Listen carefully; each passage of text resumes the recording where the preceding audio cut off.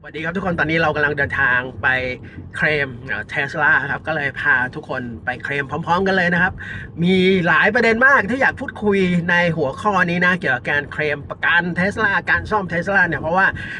ตัวของรถที่เราใช้เนี่ยปัญหาหลักๆก็คือเราโดนสะเก็ดหินดีดมาที่กระจกเนี่ยตั้งแต่เราไปเมษาทริปไหนอะทริปกระบี่เมษากระบี่ไม่ใช่กระบี่กระบี่ใช่เพราะว่าขากลับมันคือขากลับมาโดนแถวๆแบบเลยหัวหินขึ้นมาใกล้ถึงกรุงเทพจำได้เลยแปะแล้วก็พอมาถึงก็ล้าวนิดนึงแล้วก็เรากำลังเดินทางไปที่เอสนะครับ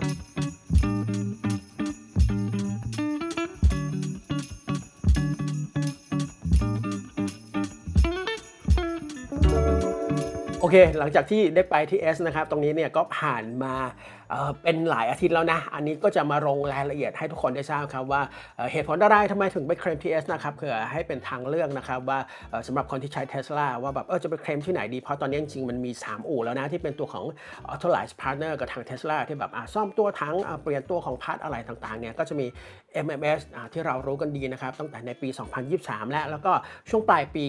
ก็มีอีก2เจ้าก็คือทาง S นะครับแล้วก็คือทาง Masterpiece นะครับตรงนั้นซึ่งผมต้อง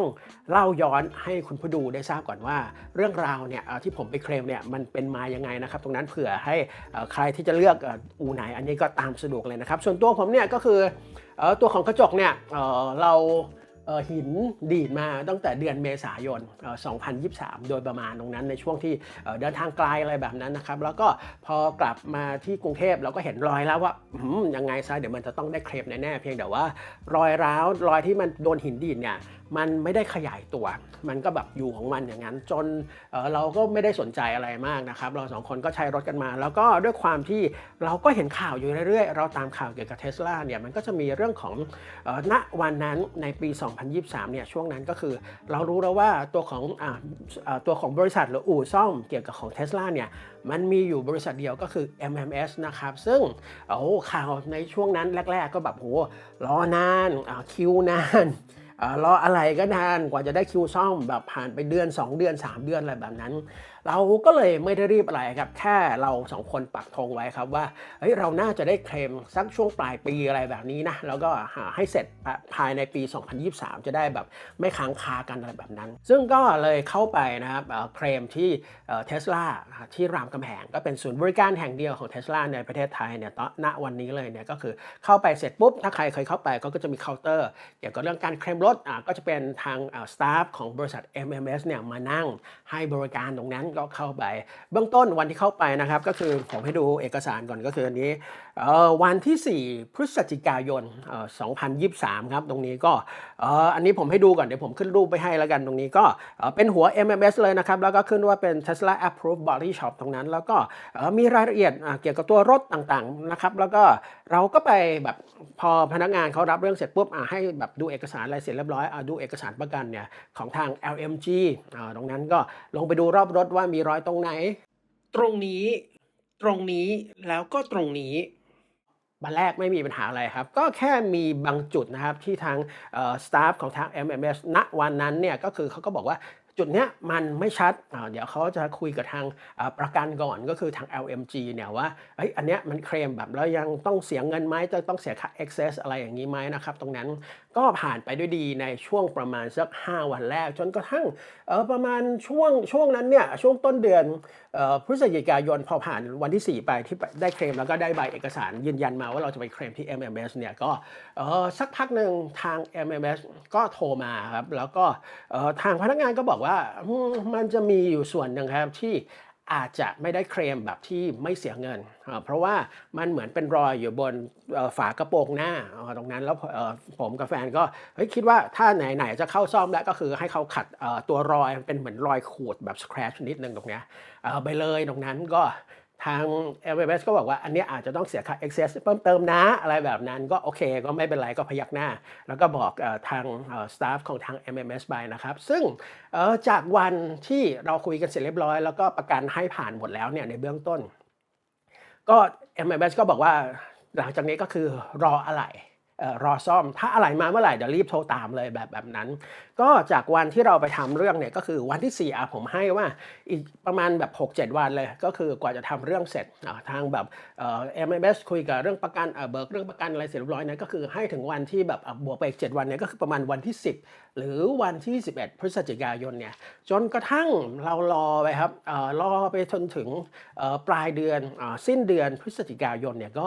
ยังไม่ได้มีฟีดแบ็กอะไรก็แค่รู้ว่าโอเคจะต้องรอแต่คือก็ไม่ได้รู้ว่าจะต้องรอแค่นานแค่ไหนจะต้องรอแบบมีกำหนดหรือเปล่าอะไรแบบนั้นก็รอไปเรื่อยๆแต่คือในใจครับตอนนั้นก็แค่คิดว่าโอเคมันไม่น่าจะแบบพ้นเดือนธันวาคมนะเพราะว่าถ้าพ้นเดือนธันวาคมเนี่ยมันประมาณ2เดือนแล้วนะซึ่งที่ผ่านมาเวลาที่เราดูข้อมูลเกี่ยวกับการซ่อม Tesla เนี่ยก็จะบอกว่ารอของประมาณแบบบางคนก็บอกเฮ้ยเดือนหนึ่งได้ซ่อมอะไรมาบางคนก็45 วันบางคนก็2เดือนอะไรแบบนั้นเราก็คาดการณ์ว่าน่าจะแบบอย่างน้อยแบบโอ้โฮเนี่ยช่วงกลางเดือนเขาน่าจะโทรมาบอกเราแล้วอะไรแบบนั้นก็จนกลางเดือนธันวาคมก็ยังไม่ได้มีฟีดแบ็กอะไรกลับมาครับแล้วก็จนกระทั่งปลายเดือนเนี่ยที่ไปเที่ยวที่เชียงรายเชียงใหม่กันเนี่ยก็เอารถไปใช้งานเสร็จปุ๊บในจังหวะนั้นเองครับก็ทาง Tesla ก็ได้ประกาศขึ้นมาว่าเขามีตัวของ Tesla Approved Body Shop เนี่ยที่เป็นตัวของอู่รถเพิ่มมาใหม่อีก2อู่ก็คือทาง S นะครับซึ่ง S เนี่ยมีสาขาอยู่ที่ศรีนครินทร์นะครับในกรุงเทพแล้วก็ที่ขอนแก่นแล้วก็อีกบริษัทหนึ่งก็คือทางอู่ของ Masterpiece เนี่ยก็โอเคดีใจมากแล้วก็รู้สึกว่าเฮ้ยโอเคเรามีทางเลือกแล้วแต่คือก็ไม่ลืมว่าจริงๆเนี่ยเราก็เคลมอยู่กับทาง MMS อยู่แล้วก็เฮ้ยคิดว่ายังไงซะเดี๋ยวเนี่ยมันถ้ามันจะเลตแบบติดปีใหม่อะไรเนี่ยไม่ว่าแล้วก็แบบกลมๆเนี่ยตรงนั้นเราใช้เวลารอไปแล้วนะประมาณ2เดือนนะทุกคนตรงนั้นซึ่งพอเรากลับมาจากที่เชียงรายเชียงใหม่เนี่ยครับแล้วก็ผ่านมาสักอาทิตย์หนึ่งแล้วก็ผมก็คุยกับแฟนว่าหรือเราจะเปลี่ยนอู่การซ่อมตัวของ Tesla ดีเพราะว่าตอนนี้มันมีตัวของอู่มาใหม่อีก2อู่นะก็คือทางMasterpiece กับทาง S นะครับตรงนั้นก็เหตุผลที่ตัดสินใจเลือก S เนี่ยเพราะว่าโทรก่อนเป็นเบอร์แรกแค่นั้นเลยในเบื้องต้นนะครับกับเหตุผลที่2เนี่ยก็คือพอได้โทรคุยในเบื้องต้นเนี่ยเราก็แจ้งความประสงค์ของเราไปว่าโอเคตอนนี้เราใช้ Tesla อยู่โมเดล3แบบนี้เกิดเหตุการณ์ตัวของหินมาก็แบบดีดตัวของกระจกหน้าร้าวจำเป็นที่ต้องเคลมตรงนั้น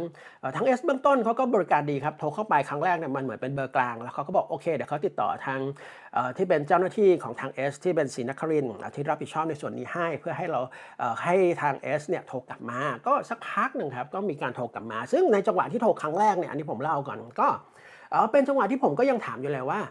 เนี่ยมีสต็อกอะไหล่ไหมอันเนี้ยเป็นเหตุผลที่ทำให้ผมจูงไปทาง S เลยว่าโอเคใจเนี่ยเราไปทาง S แล้วคำตอบในวันนั้นจำได้เลยเขาบอกว่าโอเคเดี๋ยวเช็คให้นะครับเขาบอกว่ามีค่ะ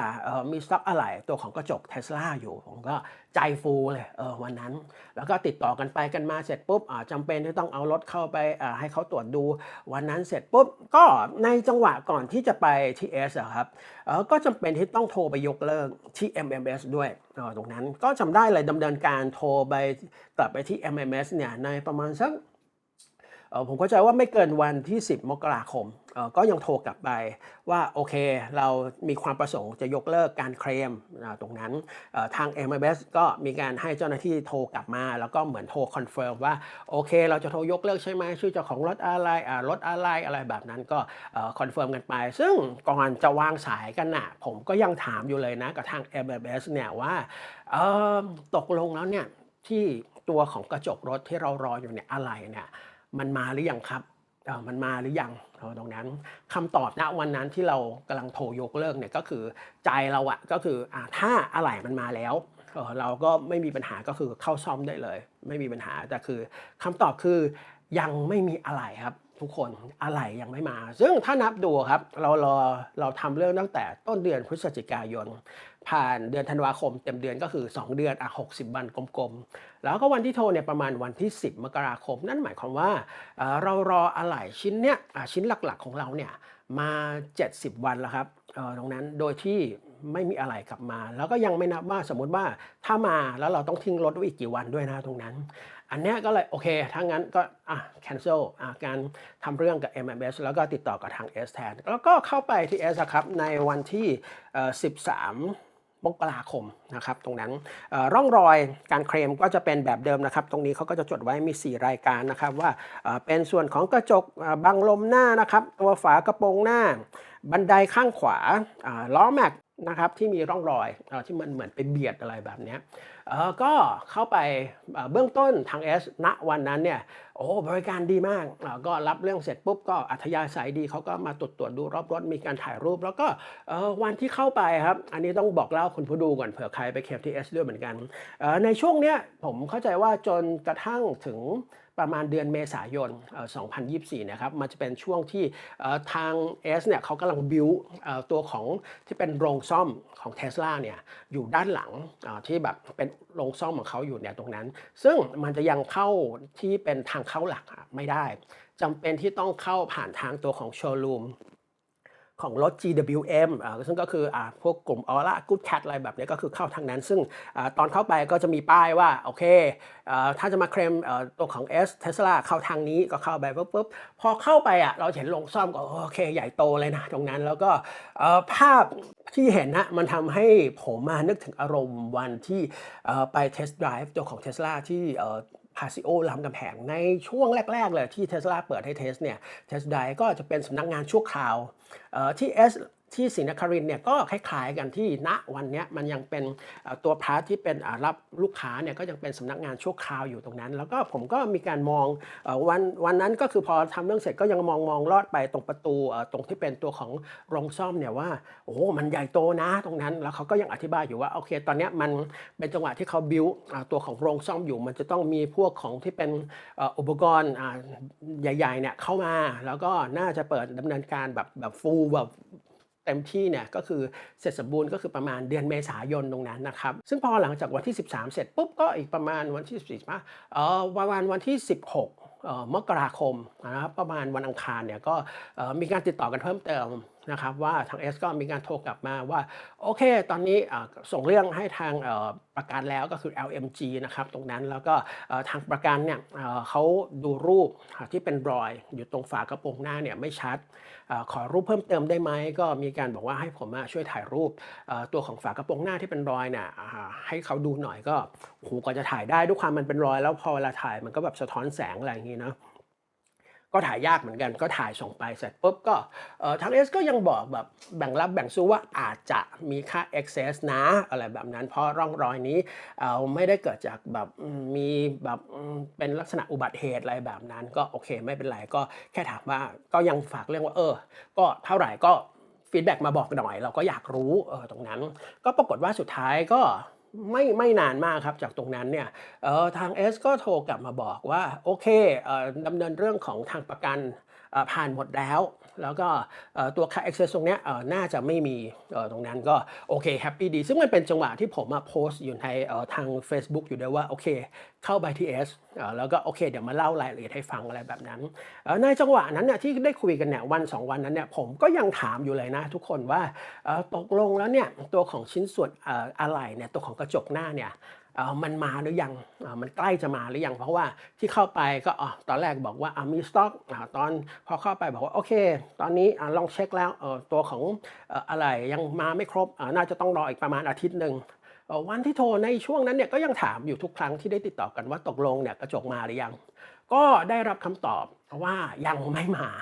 ยังไม่มีเข้ามาแล้วก็มีแค่ชิ้นส่วนอื่นที่เราจะต้องทำการเคลมเนี่ยซึ่งก็คือตัวของบันไดตรงปีกด้านล่างของรถเนี่ยเข้ามาแล้วรอพร้อมซ่อมแล้วตรงนั้นก็โอเคก็แค่รอตัวของกระจกหน้ามาเมื่อไหร่ก็แบบเอารถไปซ่อมได้เลยตรงนั้นก็ยังใจฟูอยู่ว่าแบบโอเคไม่น่าจะเกินเดือนมกราคมเราน่าจะได้นะเพราะว่าเขาก็บอกว่าโอเคอาทิตย์หน้าเนี่ยก็ไม่เป็นไรจนกระทั่งเวลาล่วงเลยไปครับจนเข้ามาสู่อาทิตย์สุดท้ายของเดือนมกราคมครับก็เป็นจังหวะที่ช่วงต้นอาทิตย์เนี่ยผมก็ยังจำได้เลยว่ายังโทรกลับไปที่ S ว่าตกลงแล้วเนี่ยตัวของชิ้นส่วนกระจกเนี่ยมาหรือยังคำตอบก็คือยังไม่มาแล้วก็ระยะเวลารอจากที่ตอนแรกบอกว่าอีกประมาณอาทิตย์หนึ่งเนี่ยมันจะมาเนี่ยก็กลายเป็นว่าณวันนั้นที่คุยอะครับก็เขาก็เลยบอกเป็นกว้างๆมาเลยว่าน่าจะต้องรอของ45วันผมก็อึ้งๆเหมือนกันเพราะว่าเอาจริงๆนะถ้าย้อนกลับไปวันที่กดหา S เนี่ย ถ้าณวันนั้นเนี่ยเอสบอกว่าอาจจะต้องรออะไหล่45 วันหรือ 60 วันเนี่ยก็อาจจะมีการโทรไปที่ Masterpiece ก่อนอีกที่หนึ่งแล้วก็ลองถามดูก่อนว่าโอเคดำเนินการเร็วแค่ไหนหรือมีแบบสต็อกอะไหล่ตัวของชิ้นส่วนนี้ไหมอะไรแบบนั้น แต่คือด้วยความที่คุยกับเอสเบื้องต้นบอกว่าโอเคมีสต็อกโอเครอไม่นานเราก็เลยเข้าไปที่เอสแบบนั้นก็กลายเป็นว่าวันที่ผมบันทึกวิดีโออยู่เนี่ยครับก็คือวันที่1กุมภาพันธ์ครับก็ยังไม่ได้มีการว่าแบบตัวของชิ้นส่วนกระจกอะไหล่เนี่ยมา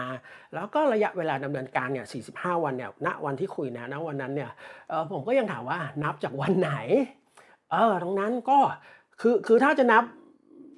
ถ้าสำหรับตัวเราที่เราเข้าไปวันที่13ก็น่าจะนับจากวันที่13ไหมอะไรแบบนั้นผลปรากฏว่าก็คือเขาก็ดูเอกสารเขาบอกว่าโอเคนับจากวันที่17มกราคมผมเข้าใจว่าเป็นวันที่เขาดำเนินเรื่องของตัวประกันผ่านหมดแล้วก็น่าจะมีการติดต่อกลับไปที่ Tesla เพื่อเบิกอะไหล่อะไรแบบนั้นเขาบอกโอเคให้นับจากวันที่17ตรงนั้นซึ่งถ้ารอ45 วันเต็มแม็กซ์นับจากวันที่17จริงๆเนี่ยก็หมายความว่าผมน่าจะได้ซ่อมรถเนี่ยประมาณช่วง ปลายเดือนกุมภาพันธ์2024ครับประมาณนั้นครับซึ่งถ้าส่วนตัวผมอะผมไม่ได้ติดว่าจะต้องรอนานแต่แค่ว่าจากที่เรามีประสบการณ์กับที่ MMS เนี่ยว่าเรารอกันมา70 วันเนี่ยมันก็ยังไม่ได้กระจกเลยเนี่ยอยากให้ตัวของระยะเวลา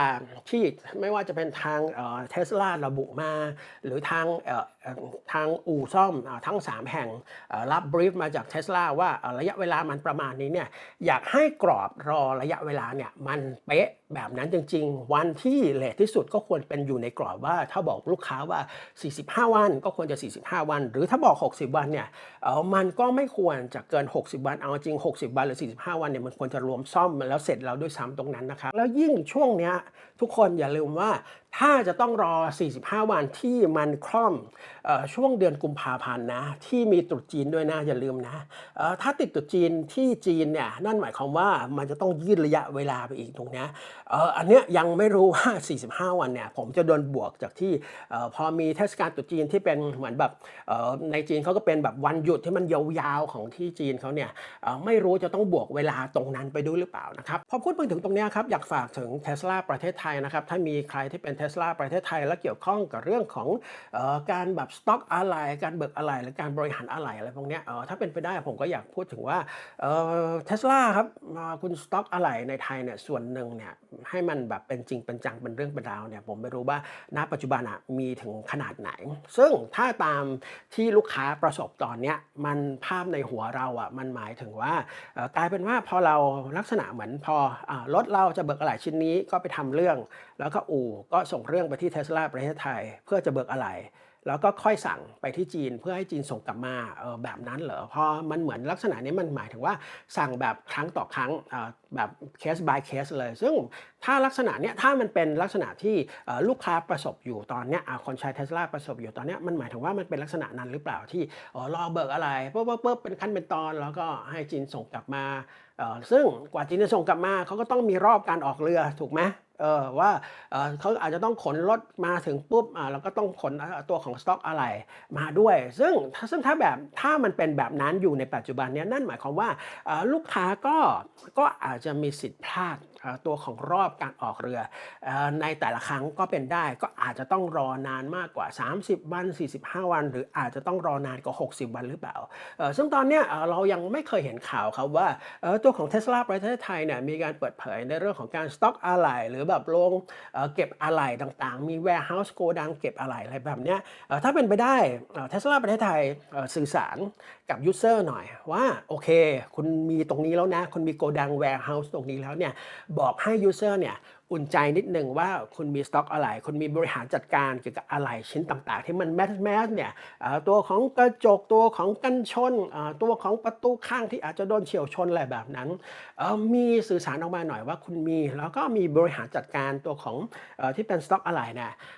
ให้มันรวดเร็วกว่านี้ผมว่าถ้าทำได้นะโอเคคนใช้ Tesla แฮปปี้กันหมดแล้วครับซึ่งพอมันเป็นแบบนี้ครับอย่างในกรณีของผมเนี่ยอย่าลืมว่ารอครั้งแรกคือ70 วันก็ยังไม่ได้อะไรซึ่ง ก็อย่างที่บอกไปว่าถ้ารอมาอีกเรื่อยๆสมมุติว่าผมไม่ได้เปลี่ยนมาเป็น TS เนี่ยก็กลายเป็นว่าผมจะต้องรอจนถึงวันเนี้ยประมาณ90วันก็เอ่อไม่มีใครรู้ว่าผมจะยังได้ตัวของกระจกเนี่ยมาหรือยังจะได้ซ่อมหรือยังตรงนั้นกลับกันกับ TS อะครับเบื้องต้นอย่างที่บอกว่าบริการดีอะไรแบบเนี้ยแต่คือพอเขาบอกแบบว่าให้ความหวังกับยูสเซอร์ว่าโอเคอาทิตย์หน้าน่าจะมาอาทิตย์หน้าน่าจะมาอาทิตย์หน้าติดปัญหานิดหน่อยแต่น่าจะเข้ามาภายใน10วันอะไรแบบเนี้ยพอบอกกรอบระยะเวลาโอ้โฮอาทิตย์หน้าเนี่ยยูสเซอร์ก็ใจฟูอะถูกไหมว่าโอเคที่ผ่านมาเรารู้เหตุการณ์ของ Tesla ว่ามันรอนานแต่อันเนี้ยรออาทิตย์2อาทิตย์เราได้ของแล้วอะไรแบบนั้นถ้าเป็นไปได้ก็ทาง S ก็บอกกับยูสเซอร์บอกกับลูกค้ากว้างๆก็ได้ไม่ต้องลง detail ว่าแบบจะให้ลูกค้าใจฟูก็ได้แล้วก็อยากให้ถ้าเป็นไปได้ผมเชื่อว่าทาง S เนี่ยเขาก็บริการดีแล้วถ้าเป็นไปได้อยากเสริมนิดหนึ่งว่ามีอัปเดตให้ลูกค้านิดหนึ่งว่าตอนเนี้ยโอเคของที่สั่งไปมันชิปสมมุติว่าทาง S ก็สามารถตรวจเช็กได้ว่าตัวของอะไหล่ตอนนี้มันถึงในขั้นตอนไหนแบบเนี้ยถ้าสามารถตรวจสอบได้แล้วก็สามารถที่จะบอกลูกค้าได้โอเคตอนเนี้ยตัวของกระจกมันชิปออกมาจากที่ท่าเรือที่ทางจีนแล้วนะตอนนี้อยู่กลางมหาสมุทรอะไรแบบเนี้ยอีก3วัน5วันตอนนี้มาถึงที่ท่าเรือในประเทศไทยแล้วลูกค้าก็จะได้รับการอัปเดตเหมือนไม่ได้ถูกทิ้งเพราะว่าที่ผ่านมาเคลม Tesla เนี่ยมันเหมือนถูกทิ้งร้างมากแบบรอแบบ30วัน60วัน90วันอะไรแบบเนี้ยเหมือนไม่มีกำหนดไม่มีการอัปเดตอะไรเลยถ้าเป็นไปได้ไม่ว่าจะเป็นทาง AWS ที่ผมเคยรอนานๆหรือทาง S หรือรวมถึงทาง Masterpiece เนี่ยถ้ามีจังหวะที่จะต้องให้ลูกค้า Tesla รออะไรเนี่ยอยากให้มีอัปเดตนิดหนึ่ง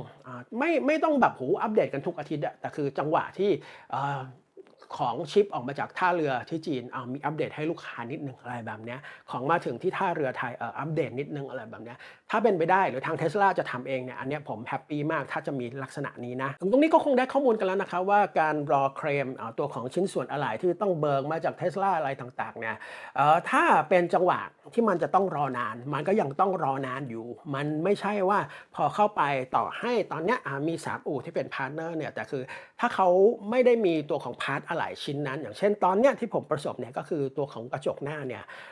ก็ไม่ใช่ว่าจะรวดเร็วในทุกกรณีนะครับผมเชื่อว่าทั้ง3อู่เนี่ยไม่ว่าจะเป็น MMS นะครับที่ผมไปที่แรกที่ที่2ก็คือ S เนี่ยรวมถึงทาง Masterpiece เนี่ยผมว่าไม่มีใครที่จะอยากแบบโอ้โฮให้ลูกค้ารอนานหรอกแต่คืออย่างที่ผมบอกครับคือในมุมของยูสเซอร์เราก็ไม่รู้ว่าเบื้องหลังระหว่างทั้ง3อู่กับทาง Tesla ประเทศไทยเนี่ยเขาติดต่อสื่อสารหรือเขาเบิกอะไหล่กันยังไงแล้วเขามีตัวของ warehouse มีของสต็อกอะไหล่มากน้อยแค่ไหนตรงนั้นถ้าเป็นจังหวะจะแบบโอ้โฮแจ็กพอตเนี่ยอย่างที่ผมเจอเนี่ยว่าตอนแรกทาง S บอกอาทิตย์หนึ่งแล้วก็เปลี่ยนมาเป็น45วันเนี่ยก็เป็นไปได้ว่ากระจกที่เข้ามามันเป็นของ Model Y หมดหรือเปล่าตรงนั้นไม่มีแบบตัวของกระจก Model 3เข้ามาเลยต้องรอรอบการสั่งเพิ่มเติมอะไรแบบนี้ไหมตรงนั้นผมเชื่อว่าตัวของทุกอู่อะครับเขาก็อยากทำงานให้เสร็จเร็วอย่างเช่นที่ผมเห็นโปรโมตเยอะสุดเนี่ยก็จะเป็นของทาง Masterpiece นะครับที่เป็นคุณแชมป์เนาะMasterpiece ที่เขาโปรโมตแบบในกลุ่ม Tesla ว่าโอเคลูกค้าเขาจะเนี่ยพยายามตัวของเซอร์วิสเนี่ยถ้าไม่ได้แบบโอ้โฮต้องเปลี่ยนอะไหล่ไม่ได้แบบมาแบบทำแบบอะไหล่แบบหนักๆนานๆเนี่ยก็พยายามให้เสร็จในวันหนึ่งหรือ2วันอะไรแบบนั้นผมก็เห็นทางคุณแชมป์ก็มีการโพสต์แบบโปรโมตของเขาว่าโอเคลูกค้ามาซ่อมแบบรอยสีตืดๆแป๊บเดียวเสร็จ3ชั่วโมง5ชั่วโมงเสร็จอะไรแบบนั้นทาง S ก็เช่นกันเอาจริงวันที่ผมไปทำเรื่องวันที่13ก็เห็น Tesla จอดอยู่